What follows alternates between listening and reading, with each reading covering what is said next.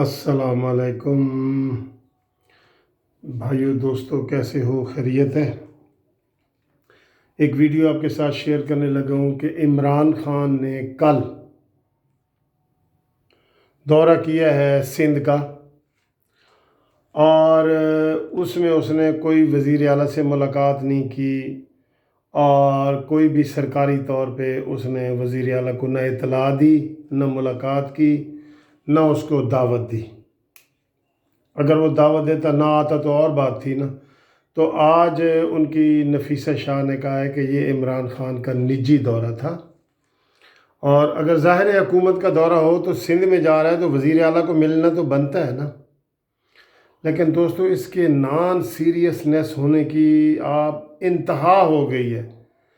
آپ یقین کریں، غیر سنجیدگی کی عمران خان کی انتہا ہو گئی ہے کہ عید والے دن عید پڑھنے کی بجائے یا کوئی گھر میں قرنطینہ ہونے کی بجائے نتھیہ گلی میں پھر رہے، اور سندھ میں گیا ہے تو وزیر اعلیٰ کو نہیں مل رہا۔ اور کل کی آپ دیکھ رہے ہیں سوشل میڈیا پہ جو عمران خان کو وہاں پہ پروٹوکول دیا گیا ہے، جو کھانے وہاں پہ اس کو پیش کیے گئے ہیں، جن کی تعداد آ رہی ہے، ایک تو پورے ٹی وی نے گن کے بتایا کہ 37 گاڑیوں کا 37 گاڑیوں کا قافلہ کراچی سے وہ اس کے استقبال کے لیے وہاں پہ گیا ہے لاڑکانہ میں۔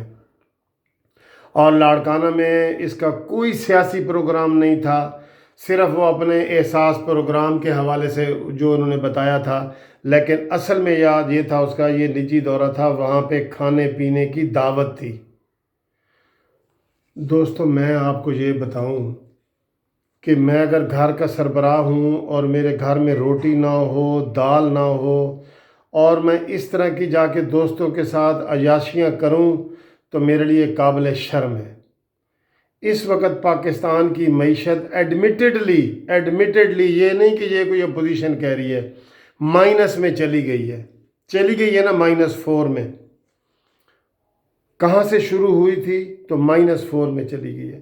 ہر چیز کی کیلکولیشن کر کے بتایا گیا کہ جناب ہمارا ڈالر کتنے کا تھا، کتنے کا ہو گیا ہے، چینی کتنے کی تھی، کتنے کی ہو گئی ہے، آٹا کتنے کا تھا، کتنے کا ہو گیا ہے، پیٹرول، ہر چیز کے حوالے سے۔ اور یہ عیاشیاں کھا رہا ہے، وہاں پہ تیتر بٹیر اور ہرن کے گوشت کھا رہا ہے عمران خان، اور کوئی سنجیدہ ہو ہی نہیں رہا کسی بات پہ۔